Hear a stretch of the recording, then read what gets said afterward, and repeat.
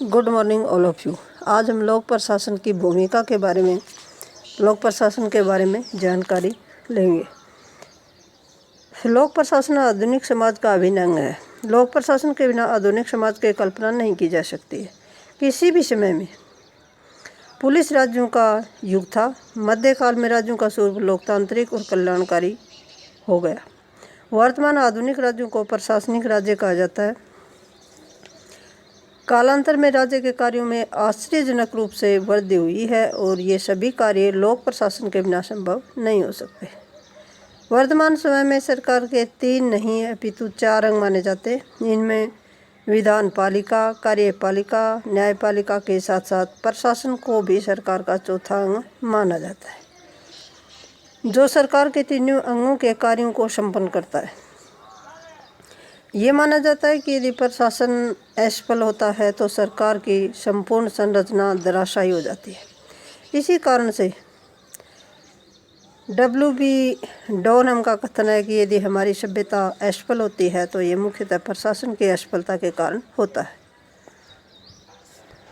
इस पर निगरो साहब का कथन है कि प्रशासनिक प्रक्रिया में लोक प्रशासन दोहरी भूमिका निभाता है, अभिनीत करता है। जैसे कि नीति निर्माण के लिए ये औपचारिक रूप से व्यावसायिक सूचना प्रदान करता है और दूसरा ये नीति के क्रियान्वयन और मूल्यांकन में भी सहायता करता है। प्रशासन एक नैतिक कार्य है और प्रशासन एक नैतिक अभिकर्ता भी है। चार्ल्स ए. बीरेट का कथन है कि प्रशासन के जिस विषय से महत्वपूर्ण कोई नहीं है, मैं सोचता हूँ कि सभ्य सरकार और स्वयं सभ्यता का भविष्य हमारी इस योग्यता पर निर्भर है कि हम प्रशासन के विज्ञान को, दर्शन को तथा आचरण को विकसित कर सके, जो सभ्य समाज के कार्यों को पूर्ण करने में सक्षम होगा। लोक प्रशासन की महत्वपूर्ण भूमिका क्या है, महत्व क्या है हमारे लिए, उसके बारे में अध्ययन करेंगे। नंबर 1 है मनुष्य के संपूर्ण जीवन से संबंधित। आधुनिक युग पुलिस राज्यों का युग नहीं है, अपितु यह कल्याणकारी राज्य का युग है। राज्य व्यक्ति के जन्म से पूर्व उसकी देखभाल आरंभ कर देता है और मृत्यु के पश्चात भी उससे संबंधित होता है। राज्य के किसी भी कार्य लोक प्रशासन के विभिन्न विभागों द्वारा संपन्न किए जाते हैं। कोई भी कार्य हो, लोक प्रशासन के विभिन्न विभागों द्वारा ही संपन्न किए जाते हैं। नंबर 2 है कानून एवं व्यवस्था बनाए रखना। लोक प्रशासन का ये परंपरागत कार्य है। उस समय भी लोक प्रशासन के द्वारा संपन्न किया जाता था और जब राज्य का स्वरूप कल्याणकारी नहीं था तब भी किया जाता था और ये एक पुलिस राज्य था जिसका कार्य लोगों के जीवन और संपत्ति की सुरक्षा करना और राज्य की बाह्य आक्रमण से सुरक्षा करना था। किसी भी सभ्य समाज में व्यक्ति लोक प्रशासन से जो कम से कम अपेक्षा करता है वह अपने जीवन की सुरक्षा है। यह तभी संभव है जब लोक प्रशासन कानून व्यवस्था बनाए रखने में अपने मौलिक दायित्व को पूरा करे। नंबर 3 पॉइंट आता है लोक प्रशासन आर्थिक सामाजिक विकास के यंत्र के रूप में। आज का विश्व राजनीति विश्व कम और आर्थिक विश्व अधिक है। विकासशील देशों की समस्याएं तभी दूर हो सकती हैं जब भरपूर आर्थिक सामाजिक विकास किया जाए। द्वितीय महायुद्ध के पश्चात विश्व के 150 के लगभग और तृतीय विश्व के देश औपनिवेशिक काल से निकलकर स्वतंत्र राज्य के रूप में अस्तित्व में आए। नए देशों ने लोकतंत्र को अपनाया जो अधिकांश देशों में सफलता प्राप्त नहीं कर सका है। इसका कारण है आर्थिक सामाजिक विकास का अभाव, कमी। नंबर 4 है प्रजातंत्र की सफलता में सहायक। प्रजातंत्र की सफलता के लिए अधिक से अधिक राजनीतिक विकास की आवश्यकता है, जिसके लिए ही लोगों को राजनीतिक अधिकार प्रदान किए जाते हैं। इन राजनीतिक अधिकारों का सभी वर्गों के द्वारा प्रयोग तभी संभव है जब लोक प्रशासक तटस्थ रहकर अपनी भूमिका का निर्वाह करे। उन प्रभावशाली वर्गों पर नियंत्रण लगाए जो कमज़ोर वर्ग के लोगों को अपने राजनीतिक अधिकारों का प्रयोग करने से रोकते हैं।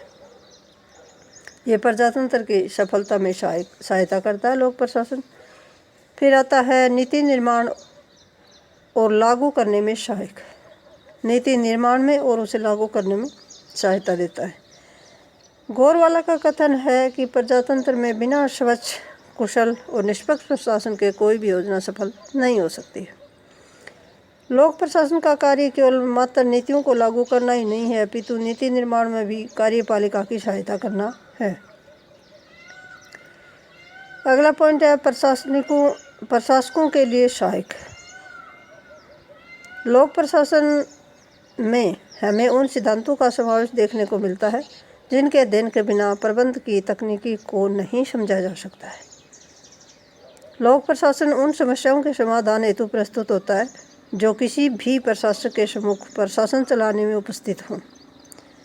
प्रशासकीय सिद्धांतों के ज्ञान के बिना प्रशासन को चलाया नहीं जा सकता है।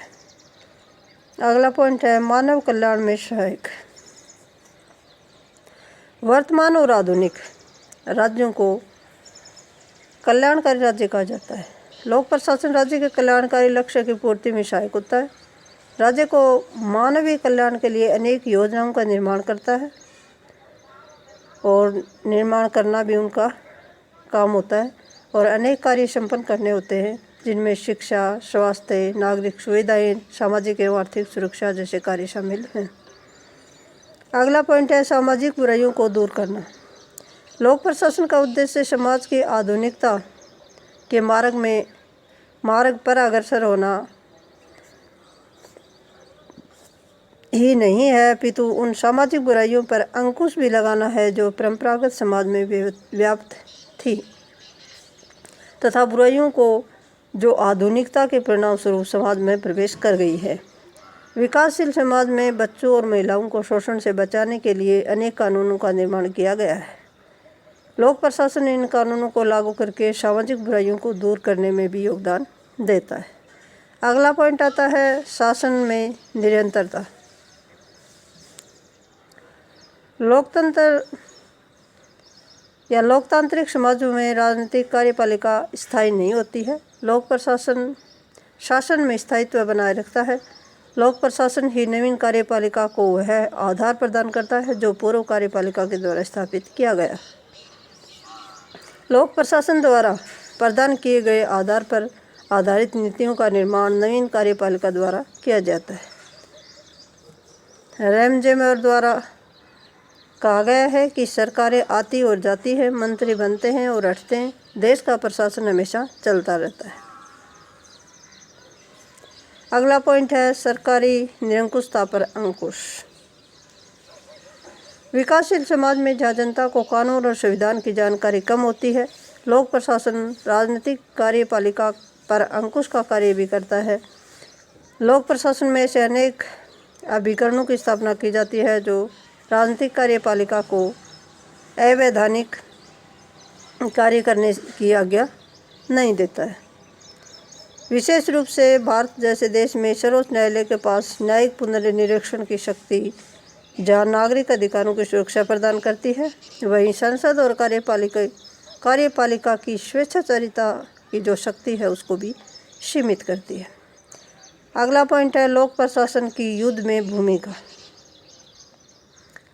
युद्ध में सैनिक प्रशासन की व्यापक भूमिका होती है, लेकिन असैनिक प्रशासन की सहायता के बिना सैनिक प्रशासन युद्ध में सफलता प्राप्त नहीं कर सकता। सैनिकों को एक स्थान से दूसरे स्थान तक ले जाने में, उन्हें दूसरे देश की भौगोलिक स्थिति की जानकारी प्रदान करने में, उनके भोजन, आवास, वस्त्रों की आवश्यकताओं को पूरा करने में लोक प्रशासन की महत्वपूर्ण भूमिका होती है। अगला पॉइंट है सामाजिक परिवर्तन के यंत्र के रूप में। लोक प्रशासन केवल सामाजिक विकास व सामाजिक बुराइयों का ही अंत नहीं करता है, अपितु सामाजिक परिवर्तन के यंत्र के रूप में भी कार्य करता है। प्रशासन में महिलाओं की भागीदारी न केवल उन्हें आर्थिक सुरक्षा प्रदान करती है, अपितु उन्हें घर की चारदीवारी से बाहर लाकर यह अवसर भी प्रदान किया कि वे अपनी परंपरागत भूमिका का त्याग करके समाज में परिवर्तन की प्रेरणा स्रोत बने। आर्थिक सुरक्षा के परिणाम स्वरूप महिलाओं में स्वतंत्र रहने की प्रकृति भी बढ़ी है। अगला पॉइंट है विद्यार्थियों के लिए महत्व है। आधुनिक राज्यों को प्रशासनिक राज्य कहा जाता है। यदि राज्य के स्वरूप को पूर्णतः समझना है तो केवल राजनीति अथवा नागरिक शास्त्र का ज्ञान ही पर्याप्त नहीं है, अपितु लोक प्रशासन का ज्ञान भी आवश्यक है। आजकल स्कूलों व महाविद्यालयों में लोक प्रशासन का अध्ययन विद्यार्थियों में अधिक से अधिक लोकप्रिय हो रहा है, लोकप्रियता प्राप्त कर रहा है। अगला पॉइंट है तकनीकी एवं वैज्ञानिक विकास में सहायक। आज का युग तकनीकी एवं विज्ञान का युग है। लोक प्रशासन ने न केवल प्रबंध की नई नई नीतियों का विकास किया है, अपितु लोक प्रशासन के अंतर्गत सार्वजनिक निगमों और विभागों के द्वारा उन तकनीकी का भी विकास किया है जिनसे मानव जीवन को अधिक सुविधाजनक बनाया जाए और उनकी आधुनिक आवश्यकताओं को पूरा किया जाए। अगला पॉइंट है कल्याणकारी राज्य की स्थापना में सहायक। आधुनिक राज्यों का लक्ष्य कल्याणकारी योजनाओं का निर्माण करके उन्हें लागू करना होता है। ये राज्य कल्याणकारी राज्य के स्वरूप को स्थापित करते हैं। जो राज्य के स्वरूप में परिवर्तन हुआ उसी तरह प्रशासन के स्वरूप में भी परिवर्तन आया। यहाँ व्हाइट का कथन है कि एक समय ऐसा भी था जब लोग सरकारी अधिकारियों के दमन के अतिरिक्त और किसी चीज़ की उम्मीद नहीं करते थे। उनके पश्चात वे उम्मीद करने लगे कि उन्हें अकेला छोड़ दिया जाए, लेकिन अब वे सुरक्षा तथा विभिन्न प्रकार की सेवाओं की अपेक्षा करते हैं। अगला पॉइंट है विदेश नीति निर्माण में सहायक। आधुनिक युग के लोक प्रशासन का कार्य क्षेत्र राज्य की सीमा के अंदर ही नहीं है, अपितु बाहर भी है। लोक प्रशासन विदेश नीति निर्माण में अपनी व्यापक भूमिका निभाता है। भारत जैसे देश में असैनिक सेवाओं में एक वर्ग विशेष सेवा से संबंधित होता है और यह विदेश सेवा विदेश नीति निर्माण एवं उसके संचालन में सहायता करता है। अगला पॉइंट है लोगों में जागरूकता। लोक प्रशासन की एक महत्वपूर्ण भूमिका यह भी है कि यह लोगों को जागरूक बनाता है। आजकल अनेक ऐसी समस्याएं हैं जिन्हें लोगों को केवल मात्र जागरूक करके दूर किया जा सकता है।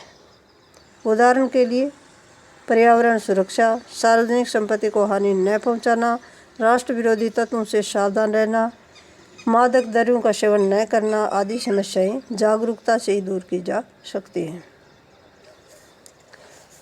अतः हम कह सकते हैं कि लोक प्रशासन जब सामाजिक आर्थिक परिवर्तन का उपकरण ही नहीं अपितु सामाजिक न्याय प्रदान करने का अभिकरण माना जाता है। सामाजिक न्याय की स्थापना के लिए राजनीति से नहीं अपितु लोक प्रशासन से अपेक्षा की जाती है। उनकी व्यापक भूमिका के कारण नवीन लोक प्रशासन की अवधारणा को जन्म दिया है। नवीन लोक प्रशासन की अवधारणा उनकी भूमिका और भी व्यापक और विस्तृत बनाती है। निगरों का कथन है कि नवीन लोक प्रशासन के समर्थकों ने रचनात्मक वाद विवाद को प्रेरित किया है और उनका बल प्रशासन के सकारात्मक एवं नैतिक उद्देश्यों पर है जिनका अंतिम प्रभाव पड़ेगा। और जब से नवीन लोक प्रशासन का उदय हुआ है, मूल्यों एवं नैतिकता के प्रश्न लोक प्रशासन में मुख्य विषय बन गए, यानी और भी अधिक विकसित किया गया है। धन्यवाद।